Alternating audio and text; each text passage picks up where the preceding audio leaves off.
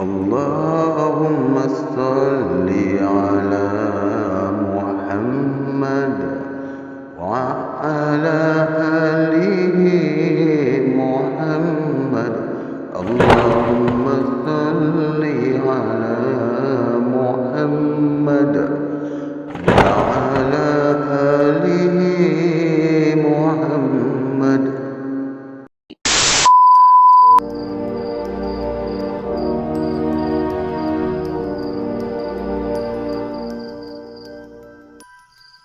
Bukannya sehari dua memujuk biar diturunkan amalannya, baru Anda Jiman dapat yakinkan Pak Muhyiddin yang dia sanggup menempuh apa sahaja ujian. Kalau disuruh mandi air 7 jeram, Anda Jiman tetap mematuhi kematuan Pak Muhyiddin sampai meranduk belukar di celah-celah bukit mencari jeram. Apabila diminta berlari mendaki bukit, tatkala malam diserkup kegelapan, Anda Jiman juga tidak membantah. Biarlah dia tercungap-cungap dihinggapi lelah. Anda Jiman tetap berlari 7 kali berulang alik dari kaki ke puncak bukit. Pak Muhyiddin mahu dia ulangi sampai 40 malam, sehingga dalam sekelip mata sahaja Anda Jiman boleh sampai ke puncak bukit. Kemudian akan berlari semula ke kaki bukit dalam masa sekelip mata juga. Selepas itulah Pak Muhyiddin berikan dia rotan sega panjang sehasta, diminta masuk ke hutan tatkala remang senja. Anda Jiman tidak juga membantah masuk ke hutan dengan berbekalkan rota sega panjang sehasta. Tidak sampai serantai dia masuk pinggir hutan dikelilingi belukar kecil. Tiba-tiba sahaja harimau belang menderam. Belum sempat Anda Jiman mencari tempat berlindung, harimau belang panjang 7 itu menghambur melepasi kepalanya. Tidak bertangguh Anda Jiman sesah rotan sega panjang sehasta itu setiap kali harimau berkenaan menampar-nampar mahu menerkam ke arahnya. Rotan sega itu berdecak-decak menyinggahi muka harimau tersebut hingga dia melihat air liur binatang itu melejeh-lejeh laksana kucing yang dipupuk cili di mulut. Lama dia cematkan harimau tersebut dengan rotan panjang sehasta itu, barulah binatang tersebut meniarap. Kepalanya tergeleng-geleng macam menyuruh Anda Jiman bertunggang ke atas belakangnya. Apabila Anda Jiman melompat naik ke atasnya, harimau berkenaan menghambur tinggi ke udara. Dalam sekelip mata saja Anda Jiman jejak kaki semula di hadapan rumahnya. Disebabkan Anda Jiman satu-satunya yang mampu lakukan apa sahaja ujian yang ditetapkan oleh Pak Muhyiddin, memang dia disayangi oleh orang tua berkenaan. Setelah Anda Jiman berkahwin dengan cucunya Uda Sainah pun, Pak Muhyiddin tidak anggap anak muda itu cucu menantunya, tetapi sama macam cucunya sendiri. Kalau bandingkan dengan anaknya Ulung Semail pun, dia lebih sayangkan Anda Jiman. Memang Ulung Semail tidak peduli sangat dengan petua ayahnya supaya busuk di hujung halaman rumah itu mesti ditepung tawar, asal saja malam bulan mengambang penuh.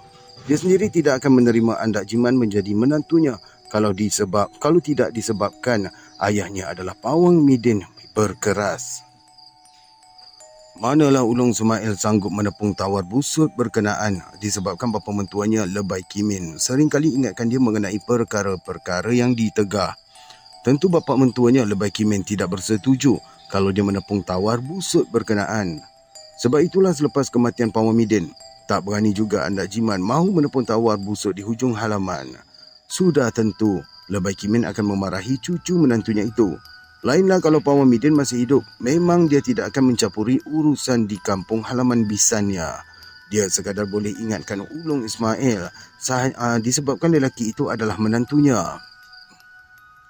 Busut tu tak ada kuasa apa-apa pun. Lebay Kimin ingatkan Ulung Ismail supaya menegah menantunya anak Jiman meneruskan amalan Pak Muhyiddin. Allah sahaja yang maha berkuasa, sebab itu Allah sahaja yang mesti dipuja. Tegasnya berterus terang selepas Pak Muhyiddin meninggal dunia. Memang dia berterus terang juga kepada besannya Pak Muhyiddin sebelum itu, tetapi lelaki itu sekadar tersengih sahaja. Dia tidak mahu berkeras, mahu membantah, tetapi dia tak peduli sangat apapun yang mahu diungkit oleh Lebay Kimin. Pak Muhyiddin mengakui dia tidak memuja busuk yang tersegam di hujung rumah pesaka nenek moyangnya, tetapi sekadar mengikut petua sejak turun-temurun. Tidak payah Lebay Kimin mahu ungkit mengenai siapa yang berkuasa, kerana Pak Muhyiddin juga memahami Amalannya yang diturunkan kepadanya juga tidak akan menjadi sekiranya tidak dengan izin Allah. Busuk yang tersegam itu tidak akan tertonggok di situ kalau tidak dengan izin Allah yang Maha Berkuasa. Kalau gunung ganang boleh hancur lebur seperti bulu-bulu yang berterbangan, apa sangat dengan busuk sebesar tempayan beras yang tertangkup itu. Dengar tu. Bukit pun boleh hancur. Boleh cek balik kisah Nabi Musa AS yang dia nak sangat melihat Allah SWT. Awam Midin juga tahu mengenai surah Al-Fatihah yang disebut oleh Lebay Kimin, iaitu yang berhak dipuji hanya Allah. Tetapi dia tidak mahu menerangkan kenapalah busuk tersegam itu mesti ditepung tawar juga. Lainlah kalau Lebay Kimin dapat memberi jalan supaya dia tidak menepung tawar seperti amanah yang diamalkan sejak turun-temurun. Alah, bercakap siapa pun boleh, gerutu Pawang Midin apabila kenang leteran besannya Lebay Kimin.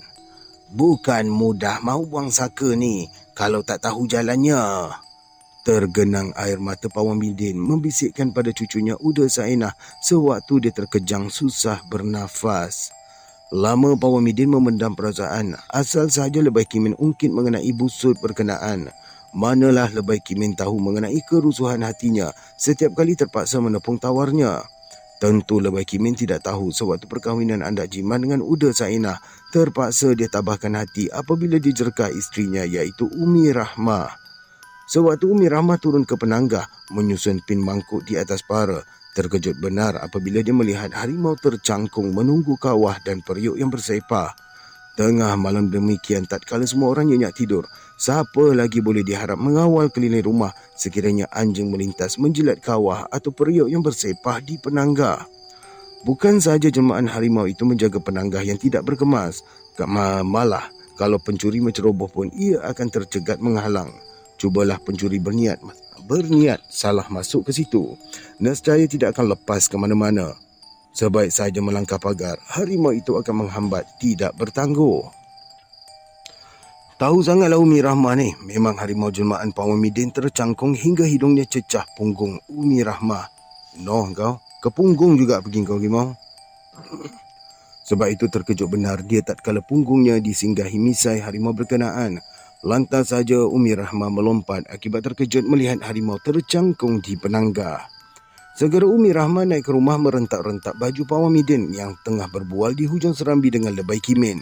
Puas dipujuk oleh Pawang Midin, barulah Umi Rahmah ni dapat ditenangkan.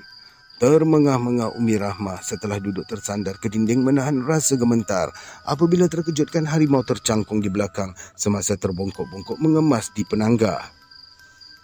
Barang permainan awak tak tahu pula nak jaga ya, gerutu Umi Rahmah mencemik muka disebabkan terlalu ramah. Awak tengok tu, apa dibuatnya di penanggah, jeritnya menyebabkan sanak saudara yang nyenyak tidur di atas rumah terkejut jaga. Terdiam Pawang Midin menahan kesabaran. Kalau tidak dikawal kesabaran, sudah tentu dia juga akan membentak berang. Apa pula tuduh sanak saudara sekiranya dia memberang tidak menentu. Lagipun majlis perkahwinan dibuat oleh anaknya Ulung Sumail. Tentulah Ulung Sumail yang akan menanggung malu sekiranya dia berkeras mempertahankan diri akibat kelancangan mulut Umi Rahmah. Bertenanglah dulu Kak Umi. Lebay Kimin juga tenteramkan Umi Rahmah kerana waktu tengah malam ni tak baik nak tinggikan suara. Apalagi sanak saudara yang tidur di rumah berkenaan terkejut disebabkan Umi Rahmah bersuara tinggi. Rimau di penanggah tu Lebay, ujar Umi Rahmah masih terasa geli-geleman apakala punggungnya tergesel hidung harimau berkenaan. Orang tua ni memang pelihara rimau, siapa yang tak terkejut? Dia menunding jari ke arah Pawang Midin. Terkejut abang-abang yang jaga rimau dekat zoo tu, bini dia okey ya? Tertunduk Pawang Midin tidak menyahut apa-apa. Dia terpaksa memendam perasaan akibat diberi malu oleh isterinya di tengah sanak saudara berkeliling. Tatkala Ulung Sumail menjengah keluar melalui tingkap dapur, dia tidak nampak pun harimau tercangkung di penanggah.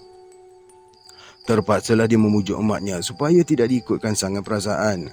Tetapi Umi Rahmah berkeras menuduh suaminya sengaja mengusik hinggakan harimau juga disuruh masuk ke penanggah. Kalau bukan Pawang Midin yang perintahkan, masakan harimau tersebut masuk ke penanggah hingga hidungnya tergesel punggung, tengah terbongkok-bongkok. Tentulah Pawang Midin sengaja mahu menakut-nakutkan dia. Dah jauh malam, buat apalah mak turun ke penangga? Tersenyum Ulun Semail mengerling emaknya yang masih dalam ketakutan. Tu ayah kamu tu sengaja nak takut-takutkan aku. Lantas Umi Rahmah mencebik bibir melepaskan rasa geram yang mendongkol. Takkanlah Abang Midin nak bergurau dengan cara tu Kak Umi. Segera Lebay Midin memujuk perempuan itu. Kalau tak disuruh, tak mahunya rimau tu ke penangga. Sahut Umi Rahmah berkeras menuduh suami dia mahu dia terkejut diganggu harimau. Ayah pun bergurau dengan mak yang bukan-bukan aja. Kalau bahasa sekarang apa? Yang kuban-kuban aja. Kesal jugalah Ulung Semail apabila diberitahu demikian. Tentu harimau berkenaan tidak masuk ke bawah penangga sekiranya tidak diperintahkan ke situ. Apalagi hidung harimau berkenaan bergesel dengan punggung emaknya tengah terbongkok-bongkok. Tidak mungkinlah harimau tersebut kebetulan saja tercangkung di situ kalau bukan mengikut panduan yang ditetapkan oleh Pawang Midin. Tetapi Pawang Midin tidak tahu pun mengenai harimau berkenaan menjengah di penangga. Kalau dia memberi penjelasan pun, tentu siapa pun tak percaya. Umi Rahmah tetap menuduh dia berdalih semata-mata mahu memujuk. Sebab itulah Pawang Midin tidak bercakap sepatah pun apabila dituduh berterusan oleh isteri dan anak-anaknya. Kesedihan itu terpaksa ditelan sendiri oleh Pawang Midin setelah isterinya menuduh dia sengaja untuk menakut-nakutkan. Lebih sebulan juga Umi Rahmah merajuk tidak mahu balik ke rumah. Biarlah dia menumpang di rumah Ulun Semail daripada balik ke rumah menatap muka Pawang Midin. Asal sahaja dia mengerling Pawang Midin seolah-olah harimau belang tercangkung di sisinya. Kalau tidak kenang, sudah sama-sama tua, memang Umi Rahmah tinggalkan sahaja suaminya. Tidak patutlah Pawang Midin bergurau dengan menjelmakan harimau sampai dia terkejut ketakutan. Namun Pawang Midin tidak salahkan Umi Rahmah dalam saat diuji demikian. Masakan dia sengaja mahu takutkan isterinya dengan menjelmakan harimau tercangkung tatkala malam diselubungi kegelapan. Dia sendiri tidak menjerat. Ya Allah. Saya ulang balik ya. Dia sendiri tidak menyedari harimau tersebut terjonggol di penangga. Asal saja keluarganya mengadakan majlis kenduri, memang Pawang Midin dan harimau tersebut akan berkawal di sekeliling rumah. Apalagi kalau sengaja mahu aniaya keluarganya, nescaya harimau tersebut akan terjonggol serta-merta. Sewaktu Tisah, anaknya dinikahkan dengan Abu Latif pun diuji sampai bakul beras melompat sekeliling rumah asal sahaja mahu dicapai tatkala menanak nasi. Kelam kabut sanak saudara yang hadir apabila melihat bakul beras itu melompat-lompat laksana ayam dihambat mahu disembelih. Sebelum itu memang Ulun Semail sudah memberitahu mengenai lembu yang disembelih tidak lut mata parang. Sebaik sahaja mata parang disendal ke leher lembu berkenaan, kulitnya tidak terguris langsung. Hairan juga Lebay Kimin dengan kejadian tersebut. Sekalipun dia sudah kilir mata parangnya sampai tajam. Kalau Lebay Kimin sendiri sudah mengalah, sudah tentulah sanak saudara yang lain akan tenggelam punca. Tetapi Pawang Midin tetap tenang menghadapi dugaan getir demikian. Apa sangatlah dengan leher lembu yang tidak lut mata parang yang mahu disembelih kalau dibandingkan rusa yang diburu di hutan belukar menjadi lelaki tua bongkok setelah siap disembelih. Terpaksa pula berkibas kain hitam 7 kali untuk pulihkan semula rusa yang tergolek dengan kaki yang menujah-nujah ke angin. Ini ada episod dia, boleh cek balik dalam playlist. Orang tua yang menggelepar disembelih leher itu merengek-rengek tatkala Pawang Midin kibas dengan kain hitam.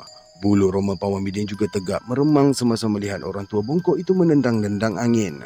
Setelah dikibas, baru nampak betisnya diselaputi bulu berbirik-birik. Sebelum terkejang mati, orang tua bongkok itu sempat menjelma semula menjadi rusa yang disembelih. Sebab itulah Pawang Midin tidak mengalah. Dia mencapai parang di tangan Lebay Kimin.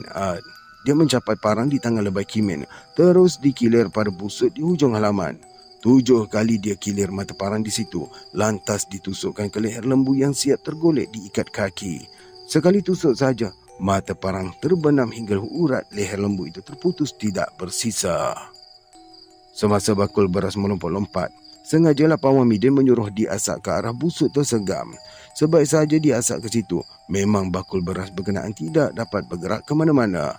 Terus saja mereka capai untuk tanak nasi dalam kawah yang sudah terjerang air mendidih. Ketika inilah Seman Bacar menyerbu ke rumah Pawang Midin terjerit-jerit mengadu dihambat harimau. Kemana sahaja dia bersembunyi, Seman Bacar akan diasah oleh harimau. Belum sempat Seman Bacar menerangkan kejadian yang menimpa dirinya, Hitam Tabun pula termengah-mengah meminta pertolongan Pak Muhyiddin dengan kain terlondeh akibat tidak sempat diikat betul. Hitam Tabun juga tidak dapat merahsiakan kejadian dirinya dihambat harimau tatkala tengah membakar kemenyan. Terketar-ketar Hitam Tabun memberitahu yang dia sengaja tanam parang kayu di bawah tangga biar mata parang lebay kimin itu madal, tidak boleh menyembelih. Dia juga ikatkan katak di perdu pokok jejawi biar bakul beras melompat-lompat tidak boleh dikawal. Dah macam cerita hantu Cina. Ikat apa mantra dia tu dekat katak hantu Cina semua melompat tu. Apa tajuk ghost story apalah. Sengaja Hitam Tabun mahu membantu Seman Bacar aniaya majlis kenduri di rumah Pak Muhyiddin biar seisi keluarganya menanggung malu. Marah benar Seman Bacar apabila Abu Latih yang menjadi suami Tisah. Apalagi Abu Latih memang menyakitkan hati kalau bertemberang di mana-mana. Sebab itu, sengaja dia mahu malukan Abu Latih yang bermegah sangat kerana dapat memikat anak gadis Pak Muhyiddin. Siapalah yang berani memikat kalau bukan Abu Latih? Temberang Abu Latih itulah yang menambahkan sakitnya hati Seman Bacar sampai dia sanggup bayar berapa sahaja yang dituntut oleh Hitam Tabun. Asal Hitam Tabun sanggup lakukan apa sahaja biar majlis kenduri kahwin Abu Latih itu tergendala, Seman Bacar sedia bayar pengerasnya. Memang tidak disangka oleh Hitam Tabun sampai harimau jelmaan Pak Muhyiddin dapat mencari dia. Setakat dia gunakan ilmu hitam, masakan Pak Muhyiddin boleh menuduh dia yang melakukan. Tentu seisi kampung tidak percaya Hitam Tabun yang gunakan ilmu hitam mahu menguji Pak Muhyiddin. "Maafkanlah aku, Tok Pawang." Gementar suara Hitam Tabun merayu supaya Pak Muhyiddin tidak hebahkan kepada orang-orang kampung mengenai perbuatannya menganiaya majlis kenduri berkenaan. Tahu sangat dia kemahiran Pak Muhyiddin bukanlah saingan dia sekiranya mahu menguji kepandaian. Apabila kenang semua kejadian itu, memang Pak Muhyiddin menitiskan air mata. Tetapi isterinya Umi Rahmah tidak memahami segala yang tersirat jauh di lubuk hatinya. Lebay Kimin juga tidak tahu apa-apa, sekadar mengingatkan saja mengenai pertolongan Allah yang Maha Berkuasa. Tetapi tidak pernah tunjukkan kepadanya cara melepaskan diri dari cengkaman saka sejak bertahun-tahun. Lebay Kimin sendiri mengeluh panjang tatkala mata parang tidak lut mahu menyembelih lembu tergolek yang sudah diikat kakinya. Kat sini dia tulis kaki dan tangan. Jadi saya sebut kaki saja, macam tak kena. Bagaimana sekiranya Pak Muhyiddin tidak ikut sama membantu, sudah tentu lembu untuk majlis perkahwinan Uda Sainah tidak akan dapat disembelih. "Saka ni sejak turun-temurunlah Sainah," tutur Pak Muhyiddin dalam keadaannya semakin lemah. Dia tidak akan luahkan perasaan yang terpendam di hatinya kepada sesiapa pun kalau tidak dipercayainya. Memang Uda Sainah satu-satunya yang dipercayai oleh Pak Muhyiddin. Di depan Ulung Semail, sampai bila pun dia tidak akan bercakap apa-apa. Biarlah Ulung Semail desak diberitahu apa yang terbuku di hati. Namun, Pak Muhyiddin tetap berahsia. Lainlah kalau di hadapan Uda Sainah atau Anda Ciman, memang dia tahu segala yang tersirat. Anda Ciman satu-satunya yang sanggup menepung tawar busuk di hujung halaman.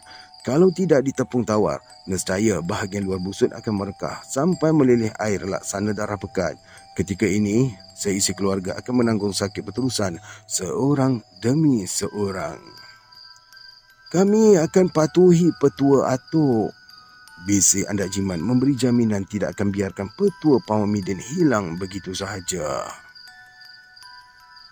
"Kalau kamu tahu cara nak buang saka tu, buangkanlah."